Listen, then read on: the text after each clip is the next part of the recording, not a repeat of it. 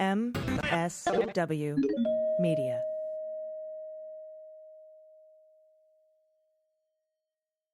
Today's episode of The Daily Beans is brought to you by our patrons. Our premium subscribers make the show possible, and in return, they get an ad-free feed, access to my personal show notes, the photos submitted in the good news, VIP meet and greet and pre-sale event tickets, invites to our private social media groups, and access to bonus content. Become a patron today at patreon.com/thedailybeans. News with swearing. Daily Beans, Daily Beans. Daily Beans, Daily Beans. Hello and welcome to the Daily Beans for Tuesday, November 8th, 2022. Today, it's Election Day in America as people flock to the polls in record numbers. Republicans seek to block military ballots from being counted in Wisconsin. Yvgeny Prigozhin admits to interfering in elections. A Trump-appointed judge says Bannon's conviction for contempt will most likely be overturned. An appeals court has dismissed John Eastman's motion again. And Stewart Rhodes is eviscerated on the stand by the Department of Justice. I'm Allison Gill. And I'm Dana Goldberg. Happy Election Day, Dana. Happy Election Day. And you know this, and I just want to say this to the listeners. I went to go vote in person yesterday because I had not received a mail-in ballot in California, which is odd because everyone who's registered to vote should have gotten one. Well, I went in and they went to go look at my name and they said, "You're an inactive voter." And I said, "That's odd because I have voted in every election since I was 18 years old." Now, in the state of California, they gave me two options. I could take an oath. And, that would just make it so I could vote then, or I could get a provisional ballot. And I chose to take the oath. So whatever happens, if you were supposed to mail in a ballot and you did not get it, do not sit this one out. Please go in person, figure out what's going on. By law, they have to give you a provisional ballot. Mm-hmm. Okay? By law. So please, please, please, if you're frustrated, don't get too frustrated so that you stay home. Just go take the time. It's worth our democracy. 100%. And thank you for doing that. I didn't know they could administer an oath right there on the spot. That's pretty cool. Yeah, it might just be in the state of California, but I'll take it. Yeah, we don't mind here in California if people vote. So Yeah. it's a little different than some of these other states where they have Republican state houses and legislatures and governors and secretaries of state where they like to suppress the vote. And we're going to talk a little bit about some of the election victories from Mark Elias today. You have the story on that. I just want to really quickly tell everybody that, Eastman's 900th appeal has been denied. He was like, "I know that they saw the 8 emails we accidentally sent over, but can you poke their eyes out, please, and erase their memories?" I mean, it was just like the dumbest thing. Send them back and you can't use them. And the judge was like, "No, denied. You can't have them back, and they're not going to not use them." And also, they said, and it's mostly your fault that they got them anyway. The public got the 8 emails. Because remember, Doug Letter, House counsel, was like, "Yeah, so they sent us emails with links to the Dropbox. We didn't know they didn't deactivate those links. And so we put them in our court filing. And Politico was able to get those emails from those links." And so the judge was like, "Yeah, you should have deactivated that link." Yeah, that one's on you. So, ha ha ha. Although I wasn't really too concerned about that. Not as concerned as I am about the Bannon thing, and I'll get into that. It's a little worrisome what's going on with that Trump-appointed judge. And so, there's a lot going on, and I'm simultaneously excited about this election and also very nervous. 100%. It's very close. The most recent polling, but we are coming out in record numbers, so it's hard to tell what's going to happen, but I know that all the ballots will not be counted on election night. So be patient, buckle in. It's going to be a while. I'm also going to talk later in the show to Amanda Litman. She is a co-founder of runforsomething.net. And she's awesome. We've had her on the show just this past August, and we're going to talk about a couple more things. As everyone goes out to cast their ballots, this is the last day to do it. So please remember to do so and take 1 million people with you, like 1 million. That's all. That's it. That's it. Cool. All right. We have a lot of news to get to. Let's hit the hot notes. Hot notes. All right. Steve Bannon will remain free from serving a 4-month prison sentence as he appeals his recent conviction on 2 counts of criminal contempt to Congress. Judge Carl Nichols, a Trump appointee, filed the expected ruling Monday. We expected this ruling, delaying the prison term after Bannon filed a notice appealing his conviction on Friday. That case will now make its way through the D.C. Circuit Court of Appeals. And the D.C. Circuit Court of Appeals is fucking badass. So like the election, I'm kind of concerned, but kind of not. And I'll tell you why. Bannon will only serve time in prison if his conviction is upheld by the higher courts.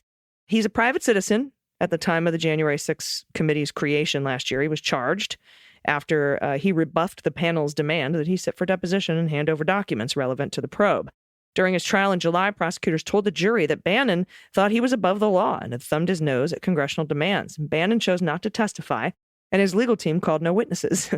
In refusing to comply with the committee's subpoena, he claimed he could not testify because of executive privilege concerns raised by Trump, adding that his attorney, Robert Costello, had advised him not to comply with the subpoena because of those concerns. But Judge Nichols ruled that because of binding precedent from a higher court, the only reason he ruled this is because a higher court previously, decided this, that they could not present a defense known as advice of counsel to the jury. They couldn't argue, my lawyer told me not to show up. And that is precedent from the appeals court that this is going to. And that's why I have a little bit of hope here, is because yeah, that makes sense. They're the ones who set the precedent. Those legal issues are likely subjects of his appeal, and Nichols indicated some of the questions were worth further consideration by the higher courts. And in his Monday ruling, delaying the sentence, Nichols noted that Bannon is not likely to flee as the appeals process moves forward, and reiterated that the issues raise, quote, substantial question of law that is likely to result in a reversal or an order for a new trial.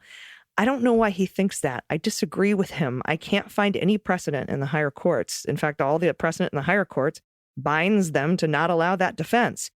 Nevertheless, when imposing Bannon's sentence last month, though, Nichols said Bannon has not taken responsibility for his actions. So he bit back a little. We'll see what happens there. Now, the Republican chair of the Wisconsin Assembly's Elections Committee, along with Veterans Group and other voters, they have filed a lawsuit seeking a court order requiring the sequestering of military absentee ballots in the battleground state. The lawsuit from State Rep. Janelle Brangen? Brangen? Sure. Brangen filed Friday in, oh goodness, was someone? Thank you, Waukesha County Circuit Court. I was like, someone's going to correct me. Comes after a top Milwaukee County elections official was charged with fraudulent requesting 3 military ballots using fake names and having them sent to Brangen as way to expose vulnerabilities in Wisconsin elections. Now, Kimberly Zapata, deputy director of the Milwaukee Election Commission, was fired last week and now faces charges of felony misconduct in office and 3 misdemeanor counts of election fraud. I can't believe she did that. She was like, look, and she committed voter fraud to prove that it could be done. It's just absurd. I mean, the lawsuit seeks a temporary injunction requiring elections officials in Wisconsin to set aside military ballots so that their authenticity can be verified. A judge scheduled a Monday afternoon motion hearing in the case. Now, in Wisconsin, military voters are not required to register to vote, meaning they don't need to provide a photo ID to request an absentee ballot. All absentee ballots must be received by close of polls at 8 p.m. Tuesday in order to be counted. Well, as of Sunday, more than 715,000 absentee ballots had been returned. Now, Brangen said in a statement Sunday announcing the lawsuit that she was hopeful the courts could act quickly. Within hours, they sure did. Within hours, a Wisconsin judge ruled from the bench denying the request to sequester the military ballots. Thank God.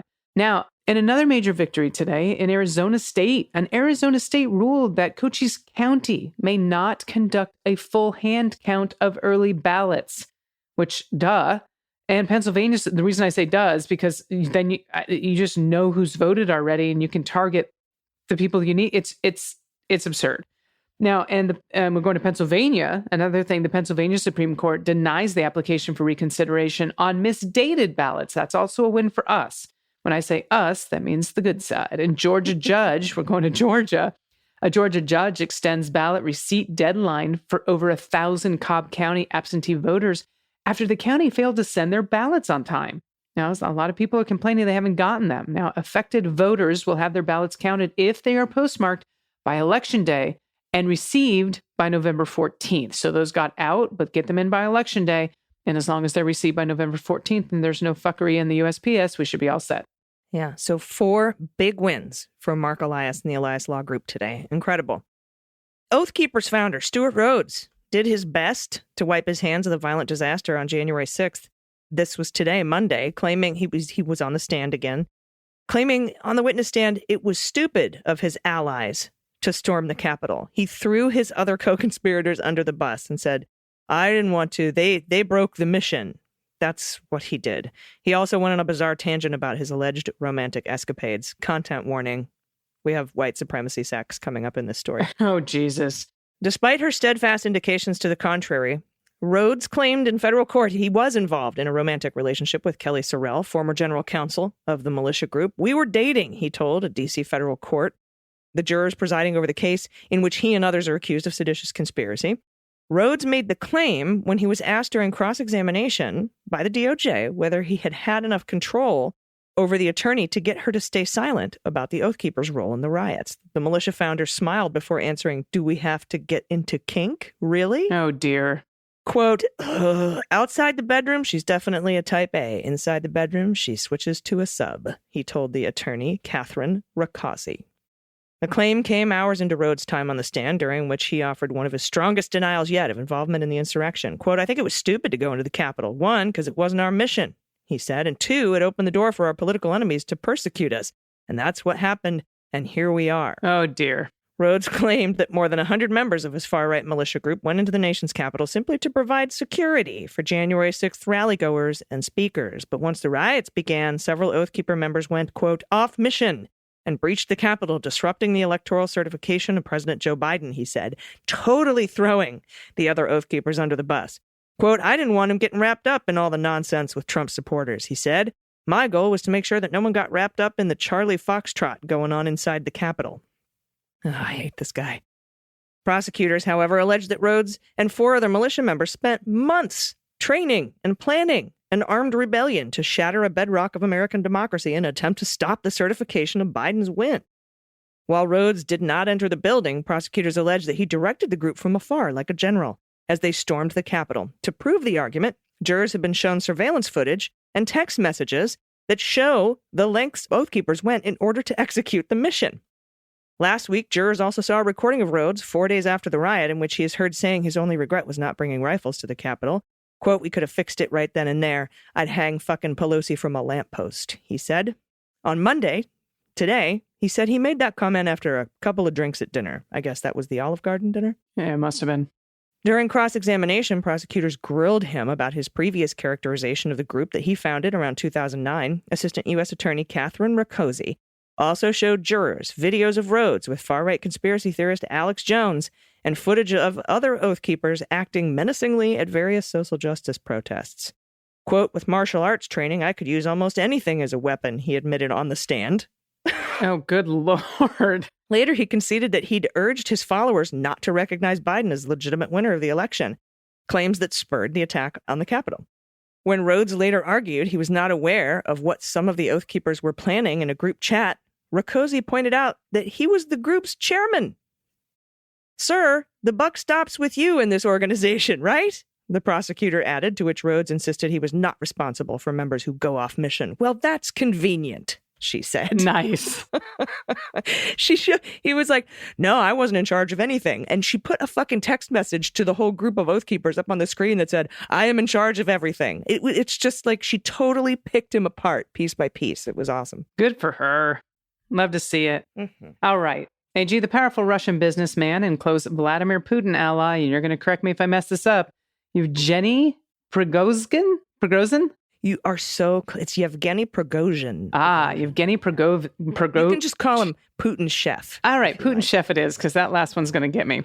Putin chef has admitted to interfering. This fucking article I read today, and I was like, I'm not surprised, but it's just to see it in print is sort of shocking. When are you going to change your name, Mueller, she wrote, you stupid Russia hoax believer? There was no Russian interference. Yeah, well, AG, there was. And this guy admitted it to interfering in U.S. elections on the eve of midterm vote in which Republicans will seek to take control of Congress and statewide offices across the country. Gentlemen, we interfered. We are interfering. And we will interfere. That was from Putin's chef, who has previously been accused of influencing the outcome of elections across continents. Across continents. He said that in a statement that was posted on his catering company, Concord. So he literally is the chef. Mm-hmm. Yeah. He went on to say, carefully, precisely, surgically, and the way we do it, the way we can. That was again Prigozhin. Now, Prigozhin was responding to a request to comment on recent Bloomberg reports saying Russia was interfering in Tuesday's U.S. midterm elections. The vote is crucial for the legislative agenda in the rest of the U.S. President Joe Biden's term and could pave the way for a White House comeback by the former guy. That's what they're saying now. Now, the U.S. social media analysis firm Grafika last week said that suspected Russian operatives have used far-right media platforms to criticize Democratic candidates in the lead up to the midterm elections in a number of U.S. states, including Georgia, New York, Ohio, and Pennsylvania. Now, Prigozhin, with a dozen other Russian nationals and 3 Russian companies, was indicted in 2018 as part of the special counsel Robert Mueller's investigation into Russia interference in the 2016 election. What? Yes, he was charged with inciting discord and dividing American public opinion before the 2016 U.S. presidential election, accusations that the chef, as well as the Kremlin, have previously denied. Biden spokesperson Karine Jean-Pierre said the White House was not surprised by Prigozhin's remarks. Quote, it's well known and well documented in the public domain that entities associated with Prigozhin have sought to influence elections around the world, including the United States. So, I mean, it's infuriating. I don't even know what we do other than election security at this point. My favorite is everybody who thought I was nuts. Of course. But I mean, he was fucking indicted, and so was Concord Management. It was one of the 3 entities that was indicted for interfering. 371 and plenty of other things. But anyway, so I guess 4 years later, I can say, "Told you." Yeah. Oh God, let's hope it's not another 4 years later where you can say, "Yep, it's told you again." Yeah. Well, now I have this statement I can just copy and paste when everyone's like, "You Russia hoaxes, you're stupid." Yeah. Okay. All right. Well, we'll be right back with a ray of sunshine. Absolutely wonderful person, co-founder of Run for Something, Amanda Litman. Stay with us. After these messages, we'll be right back. Hi, I'm Moji Alawodeyal from the Feminist Buzzkills Live Pod, the only podcast that helps you navigate the news in this post-pro anti-abortion hellscape. Each week, with co-hosts Marie Kahn and Liz Winstead, we dissect all the news from that sketchy intersection of abortion and misogyny with providers and activists working on the ground. The cherry on top is we have amazing comedy guests who help us laugh through the rage. Feminist Buzzkills Live drops Fridays wherever you pod. Listen and subscribe, because when BS is popping, we pop off. Are you struggling with the political upheaval of the current moment? Maybe you're trying to figure out how to keep going and fight for a better world. Well, starting in October, we're bringing you a brand new podcast made for the here and now. It's called Living Through It with ECM, a podcast for interesting times. Hosted by me, Elizabeth Croneiss McLaughlin, a renowned activist and leadership expert, Living Through It hosts weekly interviews with guests who are changing the world from the ground up. We're offering you advice on how to continue working toward a better future in the face of burnout and exhaustion. And our aim is to inspire you, create hope, and share a collective vision for a more just and equitable future.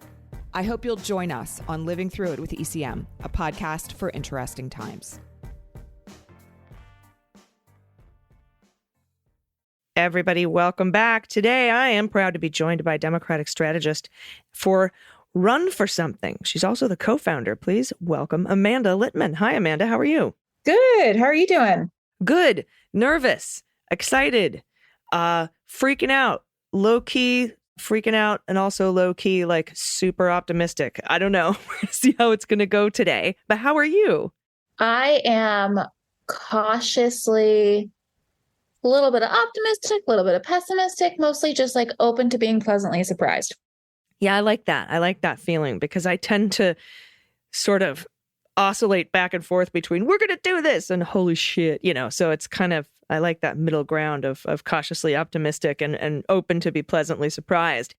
And I know that a lot of people are prepping for either scenario and the multiple scenarios. So I'm interested to see how this all goes. And the votes aren't going to be counted for, weeks, but we'll see. But I want to talk to you today about, being the co-founder, co-executive director of Run for Something, which is you can find out more information at runforsomething.net. And you founded it in 2017. And can you talk a little bit, remind our listeners about what prompted you to create this organization? So I worked for Hillary for 2 years and a bunch of campaigns before that. But a week after the worst election day of my entire life, I got a message from somebody I went to college with. Hey, Amanda, I'm a public school teacher in Chicago. I'm thinking about running for office because if Trump can be president, seems like anybody can do this. What do I do? Who do I call? And I didn't have an answer for them because at the time, if you were young, if you were newly excited about politics and you wanted to do more than vote and more than volunteer, there was nowhere you could go to sort of enter into this space. And that to me felt like a really big problem and symptomatic of some problems in our party and in our democracy. So reached out to a whole bunch of people, one of whom became my co-founder, Ross Morales-Ricetto. We wrote a plan and we built a website and then we launched Run for Something on Trump's inauguration day, thinking, cool, what a hobby this will be. We'll get 100 people who want to run in the first year. This will be like the way we fill our time on weekends while we get quote unquote real jobs. We had 1,000 people sign up in the first week. As of today, we're up to nearly 130,000 young people all across the country who've raised their hands to say they want to run. We've endorsed more than 2,200. We've helped elect more than 650. And on Election Day 2020, we've got 490 endorsed candidates on the ballot across 48 states, mostly women, mostly people of color, about 27% LGBTQIA folks who are running and leading and have changed their careers to change the world. And it is so cool and a privilege and maybe I would say maybe the best job in politics one can imagine. That is so truly amazing. The impact that your organization has had, especially on young people who want to get involved. Because right now I am seeing some incredibly encouraging numbers from the youth vote. We're up, beating 2018 midterm numbers with the youth vote, and Republican youth vote is down considerably from the same time, or from the midterms in 2018, and we're also in some states looking at beating 2020 numbers of like general election with a midterm, and so I'm very encouraged by youth vote. And what I've noticed because I've talked to so many experts and people who are working on getting out the youth vote, that they are interested in candidates that look and act more like them and are their age. And they're also very interested in local politics. Can you talk a little bit about the importance of local politics and how your organization likes to focus on local politics, or what I call trickle up politics, because that's where it begins? Yeah. So Run for Something exclusively works with young people. For us, that's people 40 and under, running for things like state house, state senate, city council, school board, library board, American River Flood Control District trustee, community college board, one of the more than 500,000 elected offices in the United States, most of which are not Congress and not the president and not governors, and most of which actually really make a difference in the quality of people's lives. We think about local politics sort of through two lenses. One is that it's good for policy on everything from voting rights to abortion access to school curriculums to transportation and the quality of streets and the cleanliness of the water you drink and how easy or hard it is to open a business or access childcare. All of that is happening on the local level. It's being decided by people who are elected in, unfortunately, really low turnout elections often, but who have a huge impact on how you experience life in your community. And then we think about this in terms of politics, and that's where you get at this idea of trickle-up politics. The way that you build power in a place is not by starting to flip a Senate seat or a governor's seat. It's by flipping or controlling a bunch of school boards and a bunch of county offices, and maybe you start to win a couple mayorships, and maybe you win a state house seat or 2 or 10 or a majority.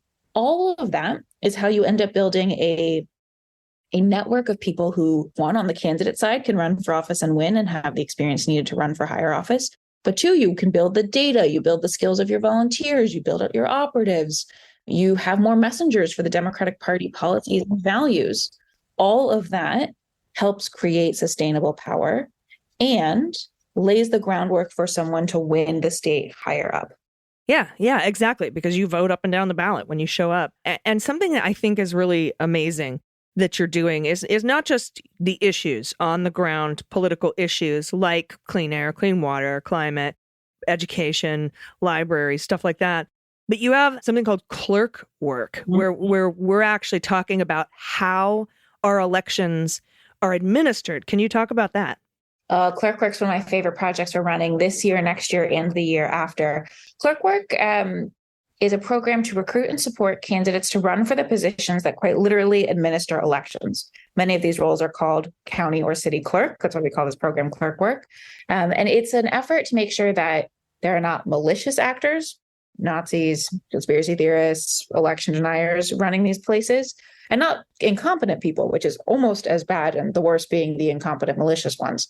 We really want to make sure that pro-democracy, pro-voter leaders are engaging in the offices that determine things like where polling locations are, and what kind of technology is used, how votes are counted, how many poll workers are staffing somewhere, the sort of nuts and bolts of running an election that are, when they go well, really under commented on, and when they go poorly, can really undermine democracy from the ground up. And we know this matters, not just because of like the obvious logistics stuff here, but also because this is a thing that the far right, the Steve Bannon, the Trump acolytes, the think tanks on the extremist end are putting a bunch of time and money and effort into getting people to engage in. So we're working with hundreds of Clerkwork candidates this year and are already starting to do heavy recruitment for Clerkwork folks to run in 2023. Fun fact, the Wisconsin Clerkwork positions, which they run on the municipal level there's more than 1,000 of them. Many of those filing deadlines are the first week of January 2023. So if you want to run for office in Wisconsin, now is the time. Awesome. So everyone needs to make sure to check out your website for more information. And before I let you go, I wanted to talk a little bit about, because you were on our show back in August, and we talked about quite a few things about these laws that are getting passed based on the big lie in red states, and how we need more people on the ground in those local elections. And that's kind of, sort of central focus of what your work is. But also, I wanted to talk about, and I didn't ask you about this last time, but in February, you made an appearance on the Ezra Klein show. And can you talk a little bit about what you and Ezra spoke about, particularly with the hyper focus on national issues? Yeah, Ezra and I covered a whole bunch of topics, but in particular, one of the things we got at was why the Democratic Party is so bad at this. And I actually think the source of the problem is not with the operatives and the activists. I mean, I know at this point hundreds of people who work in Democratic politics who wish they could be doing more on school boards and city councils.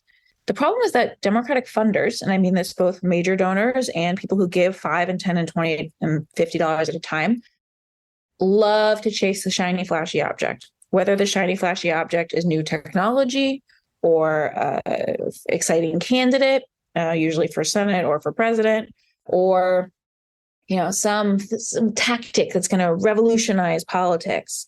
Love to throw money after the new thing and then close it down when it doesn't work. The reality is that to build power and to win sustainable power, which I think are really, really important, it's what the Republican Party at this point is very close to having, even though they're not more popular, requires the unsexy, not so glamorous work of just running candidates and winning elections, which feels so obvious to say, like just stupidly obvious. But you would be surprised how much pushback Run for Something and my co-founder and I get when we talk about, it's really important to win school board races in Tennessee. Mm-hmm. It's really important to not let Nazis take over Idaho, which is like pretty close to happening. It is really important to try and field candidates for every state legislative race in the country. Even if we're not going to win most of them, we should at least be on the ballot. All of those kinds of conversations we get pushback on constantly because they're not in the headlines. They're not exciting. You probably don't get invited to a cocktail party or get named ambassador for engaging in them, but they are at the core how we win elections by just like flooding the zone with people who can talk to voters about these issues. And then when they win, they can actually make laws that make it easier for people to run, to vote, to show up. They can do stuff like make it easier for people to join unions. They can make our schools better and our curriculums more empathetic and inclusive. All of that builds a more, I think, better civic society, but also one that is more likely to vote Democratic. It all comes together in this way. Wow. Yeah, if anyone gets the chance to listen to that interview with Ezra, it's truly, really, it's pretty profound and prescient considering where we are right now today.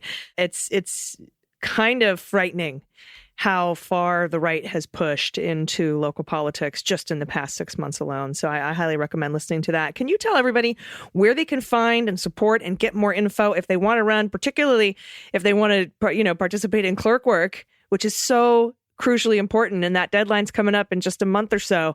Can you tell everyone where they could get information?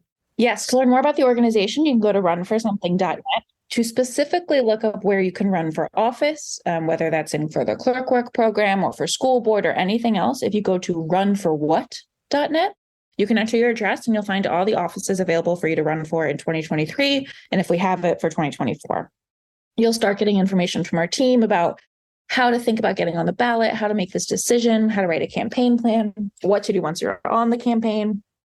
We will walk you through every step of this. The only requirements you need when you sign up on that website is to say, yeah, I'm open to maybe one day, possibly. And we will help you with everything else. So again, it's runforsomething.net or runforwhat.net. Either way, we're there for you. Wow, thank you so much for taking the time to speak with me today.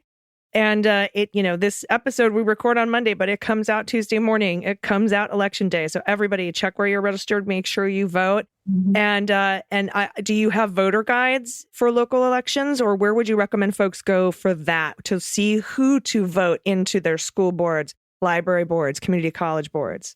Yes, you can go to runforsomething.net/map and you can look up all the candidates we've got in your area.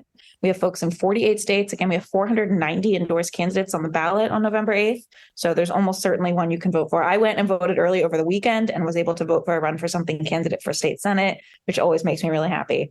So if you can vote for one of our folks, make sure you do. Awesome. Thank you so much. It's runforsomething.net and runforwhat.net. I appreciate your time today, Amanda Litman. Thank you. Everybody stick around. We'll be right back with the good news.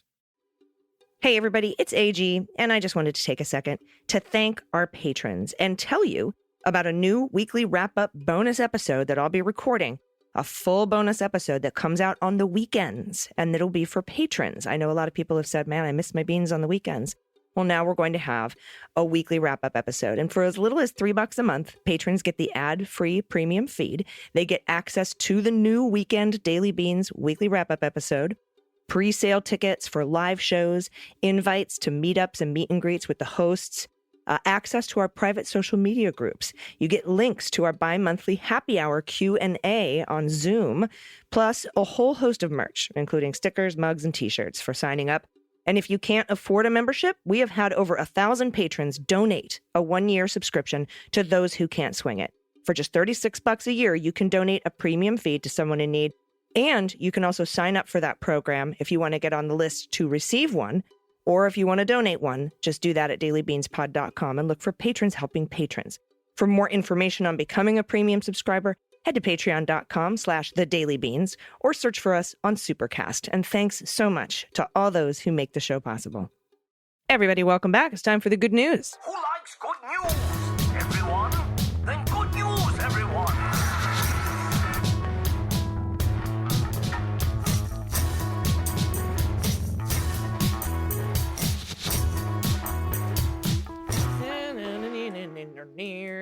Good news, good news. And if you have any good news, confessions, corrections, if you want to send your Halloween photos in, I would love to see them. If you want to give a shout out to somebody you really love and care about, if you want to tell us your voting story, I would love to hear that. Any whoopee stories that you have, those are really super my favorite. Just send a picture of your happy place. Anything you want to let us know, you can do so by going to dailybeanspod.com and clicking on contact. If you haven't voted, it's today. So go vote. And like Dana says, you can, in most states, you can get a provisional ballot. So just show up if you didn't get your mail-in ballot and go see what you can get done. We got a few corrections on the pronunciation of Eureka, which I knew we would. Yep, because I knew it too. As soon as I saw it, I think that's a Y. And I just couldn't. I didn't have the confidence.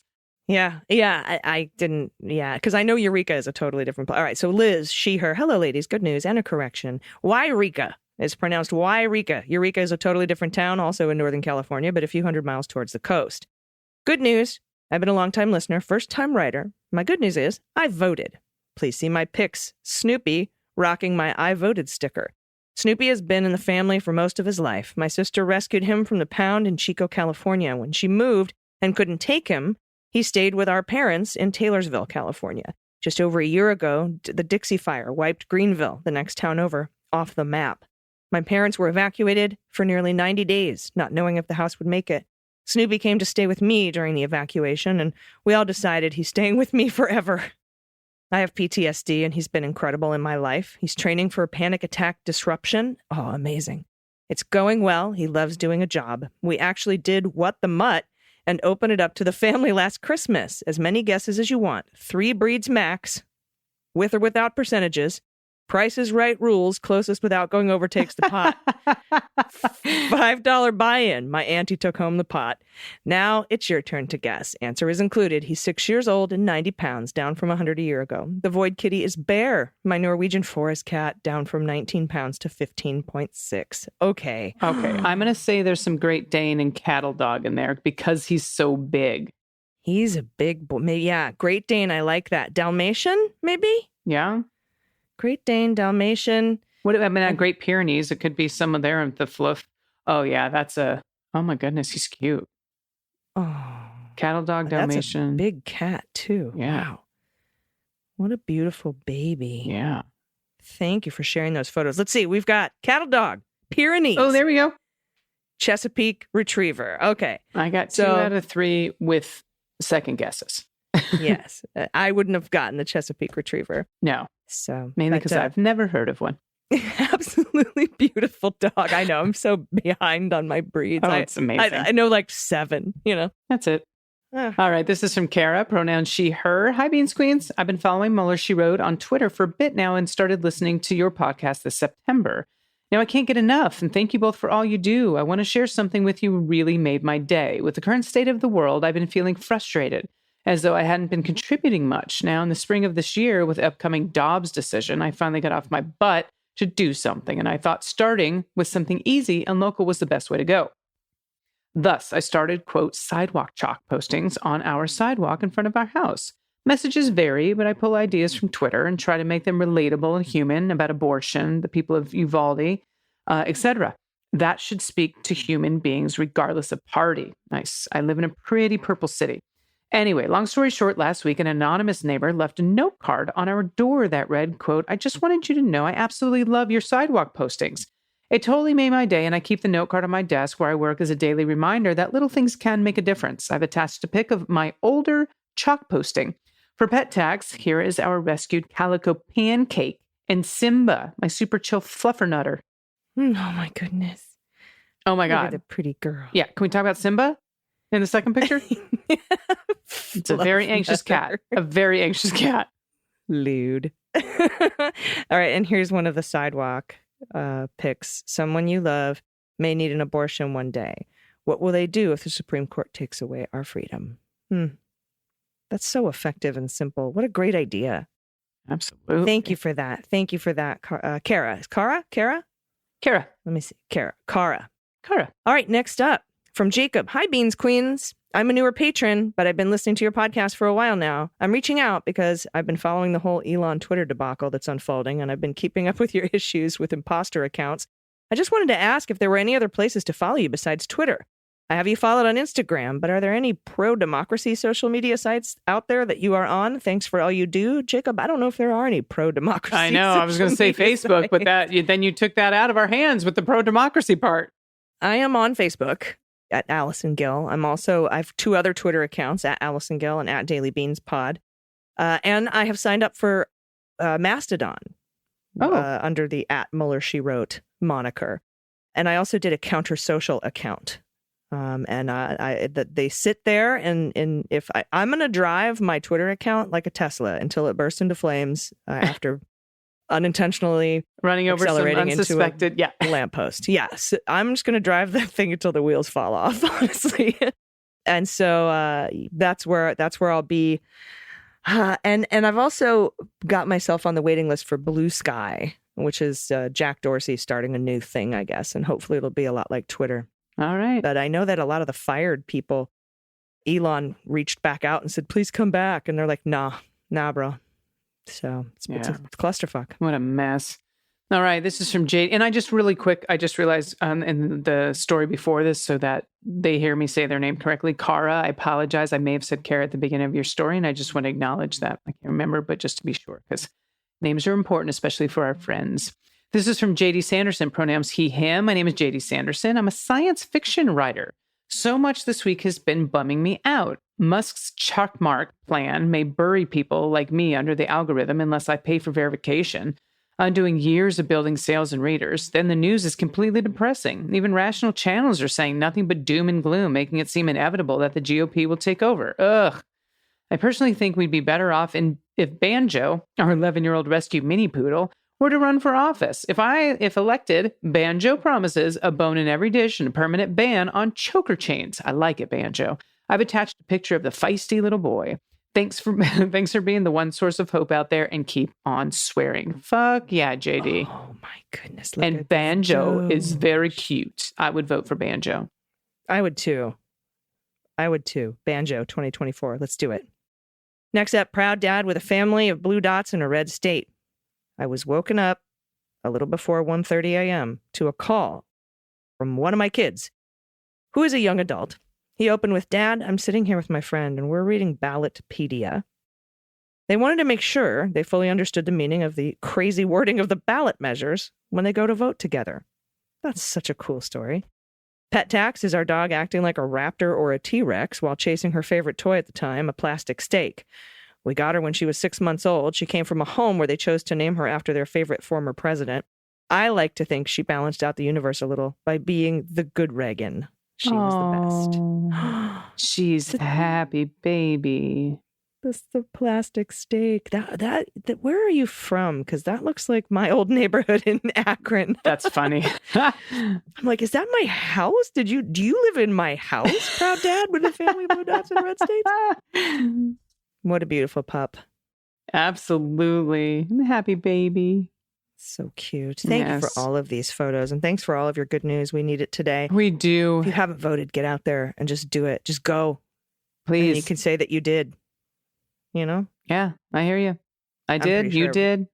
I'm pretty sure everybody listening's probably already voted. Oh, God, I hope so. If you haven't, and you know you're just going to do it day of for whatever reason, you don't trust the mail or what have you, I totally get it. And I'm not just saying don't trust mail-in ballots. I'm saying you don't trust the mail because USPS has been screwy for a bit.